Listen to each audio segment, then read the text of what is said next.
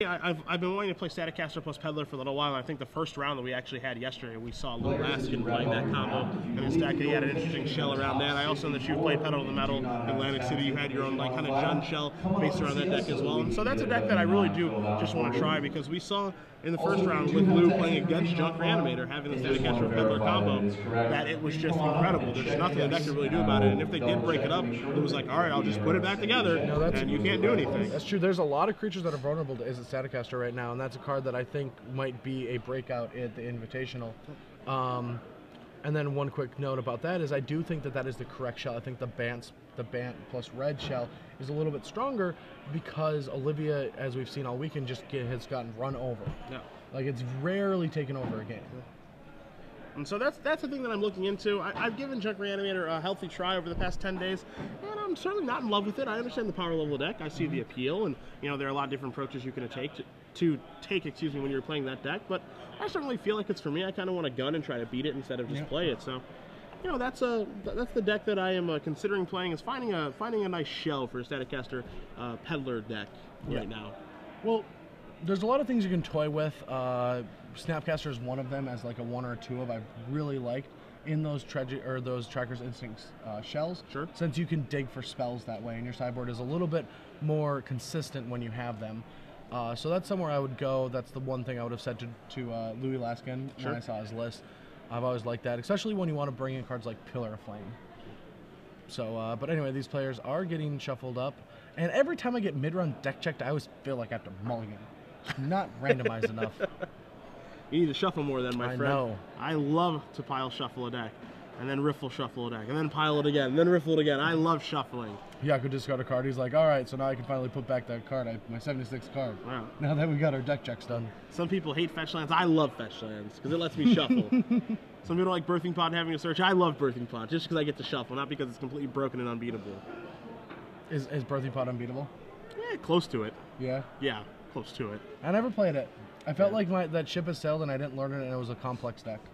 Yeah, it was fairly complex and nothing crazy though. It's definitely, you know, you have to take your lessons with it. Not something I would say you should pick up and play, but you know, once you play some games and matches with it, it's not too tough. You just see, we're going to see Arlie, excuse me, is going to take a mulligan down here. He's going to go on 6 as he is up a game. And it looks like Yaco's going to go on 6 as well. So see? Yep. I told you. Blame the deck check. The deck, that's always the judge. He always gets the mulligans on you. And I just love that there's like 10 irrational people at home going, I knew it. Yeah. Same thing, Brad. That's right. It's ridiculous. I always do. Whenever I get a deck check, I always mulligan at least 6, maybe 5. It's ridiculous. We need to start a petition. It's kind of funny. Yaco's deck has like a decent amount of mana sources. He has 13, 15, 23 lands, plus he has the 4 Farseeks, 4 Absence Pilgrim, and 2 Borderland Rangers. Maybe just a little unlucky here, not being able to find lands and spells for keepable hands. We saw Mulligan to 5 the first game, going down to at least 6 this game. That gets you down to a $10 fee instead of the $15. That does happen when a deck is trying to play cards like Thritus and just trying to do something. And having a lot of spells, where the Oblivion Rings, the Closets, Farseeks, and Cloud Shifts, you can have a lot of light draws. Or maybe he just had too much land, too. That's potential. Yeah, that's true, too. Too many mana sources, so we'll see what these 6-card hands, look like for both players. I think that's one of the biggest traps in the format is the land-heavy draw. They're like, well, I can get there if I just draw a couple spells. So we do see both players keep their 6. Yaco's going to start with the Temple Guard, and we're going to see a Stomping Ground here for Arlie. Let's see what kind of turn 2 play we see. Just does pass a turn back. Looks like his hand is a little more expensive and has a lot of answers. Yes. We have an Oblivion Ring, a Restoration Angel, and 2 Thrag Tusks to go along with a Forest. So we need to draw a couple lands. So we see Arlie goes play a Mountain. Let's see if he has Burning Tree Emissary. That's a Burning Tree. Does we have 2 Burning Tree Emissaries? We do have 2 Burning Tree Emissaries. And he does just pass the turn back, so no big follow-up. And we're going to see Oblivion Ring take care of one of those things. Yeah, you just need to get this. Yep. Yeah, immediately. Yeah, that is another trick that people are learning against the type of aggressive decks is 1 for 1, whatever it is. Yeah. Just make sure that it's not dealing you damage. And now we're going to see an Ash Zealot. And we're going to see an attack for 4 here from Arlie. Going to put Yaco down to 16. All right, but Yaco is going to have a Surprise Restoration Angel, followed by 2 Thraktos if one of the next 2 draws yield a land. And you see Stomping Ground coming to play tapped, and Arlie does pass the turn back. So, as Brad said, Yaco does have a 4th land. You see Angel of Serenity, the draw step there. And as you said a little bit earlier, too, It's more of a miracle in these decks. Not as great in these decks as it is in Junk Reanimator. Yep, I like a card like that you don't need. As long as you consistently cast your early spells, decks like Gruul cannot continue to rampage. And now, speaking of rampage, and I did not mean that, I do feel like this is what's going to happen. You may see a Gore Clan Rampager here, as we do see Restoration Angel jump in front of that Burnt Emissary, and there is no Gore Clan Rampager. I'm curious why he would try to block that instead of one of the other guys. I guess Slaughterhorn, but that would kill it too. That would take care of it as well. And we do see a fifth land off the top for Yaco. He does draw a Temple Guardian, so he's going to have to go to 10. Unlucky. Only 4 shocks in the whole deck. Yeah, unbelievable. Skull Crack. Bang. So he's going to go down to 7. We saw our director move him up to 15. Tisk, Jeremy. Skullcrack is in the format. He surprised everyone back at home as much as our director. And there is a Flint Hoof Boar, and he does just have one card left. Do you know what Directus does besides gain 5? It also has a 5-3 in play. Yeah, it's a 5-3 in play. Yeah. Yeah. Still holds the fort. And he always brings a buddy. Yeah, and that buddy does gain you life. And he's just going to play the land there too, so not going to bluff a Skullcrack here. As Yaco does draw a land. He's going to play that Plains. He's got 6 mana. He's got a Thragtusk. He's going to go up to 12. You can put him to 12. We'll let that go. No Skullcrack here. Please bring your deck up to the main event. And now Yaco's beginning to stabilize here on the board and his life, as Arlie's going to draw a card. Again, if you think yourself in the top, you're going to see a third Ash Zealot, and if Yaco is able to top deck a land here, Angel of Serenity is going to mop this bad boy up. Doesn't look like he found a land just yet. No, it looked like a Farseek, yeah. So it's a land that he can cast. Yes, it is. It is a spell land.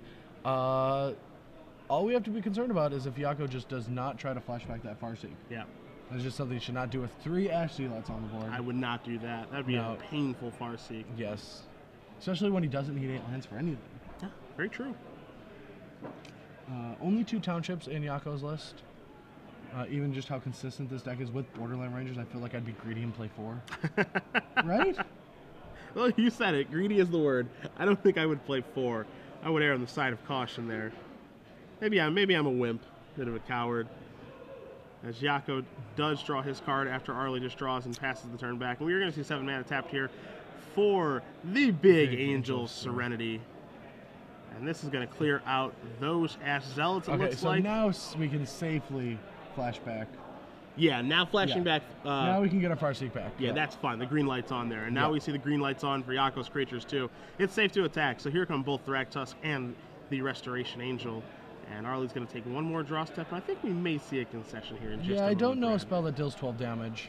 They haven't printed one yet, but give R&D some time. Probably in Theros. Magic. They'll have that. 2050. Yeah. Or 2015. 2015. With how cards are looking nowadays. 2015, 2 mana, deal 12 damage to target player unless they concede the game. Yeah, unless they flashback Farseek.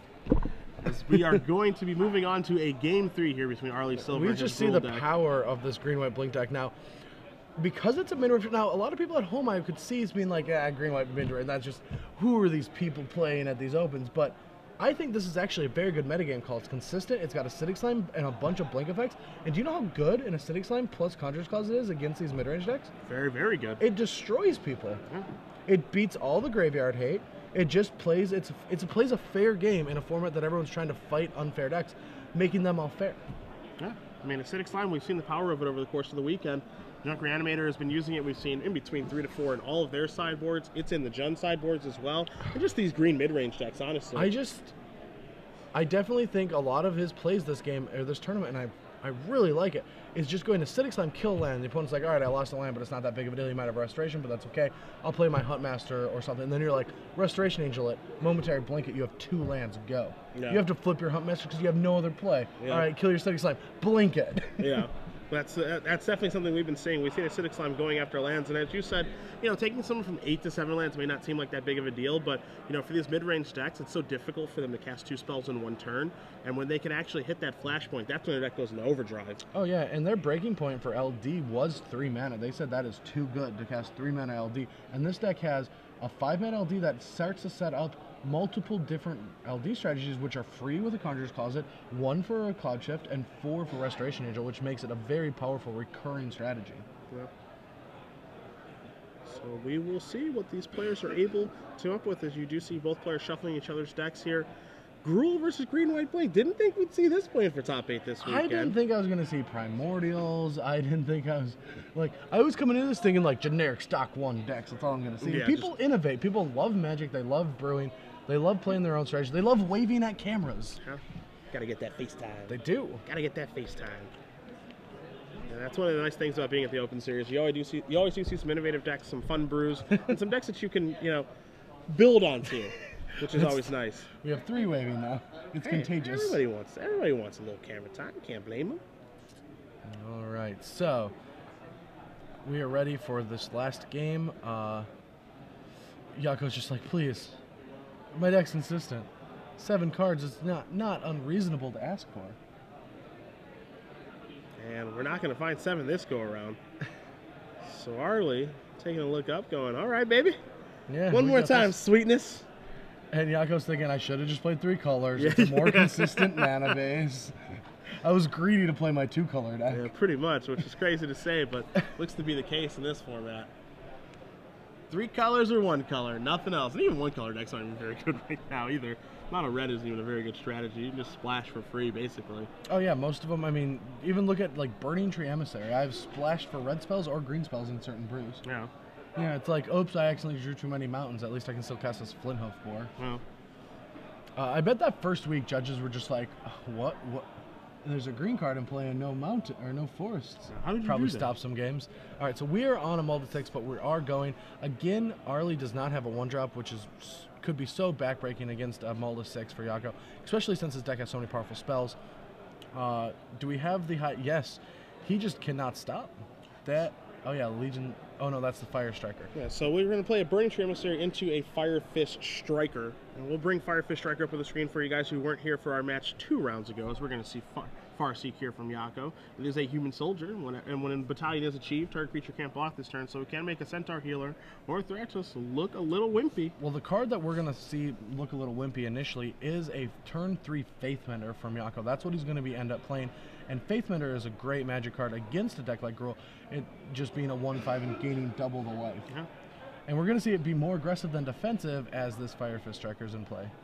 And so now we're going to see an attack here for 4 by Arlie to start that turn. Going to put Yaco down to 16. His follow-up is going to be a Burning Tree Emissary. Another Burning Tree Emissary. And it looks like that's probably just going to be it for his turn. Yep. So let's see if we do see that 4th land for the Rock's Faithmender here. We do think it is in his hand. And we're going to pause the game momentarily here. Just want to make sure everything is kosher. You see our table spotter working on some things. And it looks like we've got the green light to go back in just a moment here. Just have to shuffle up again. Something must have happened with the randomizing of the deck. So we see Firefish Striker with 2 other creatures out there. Battalion has basically been achieved right now. Yep, and that is going to drop Yaco to 10, barring any more trample. Ooh, it's the 3 temple. He has 4 shocks in his deck.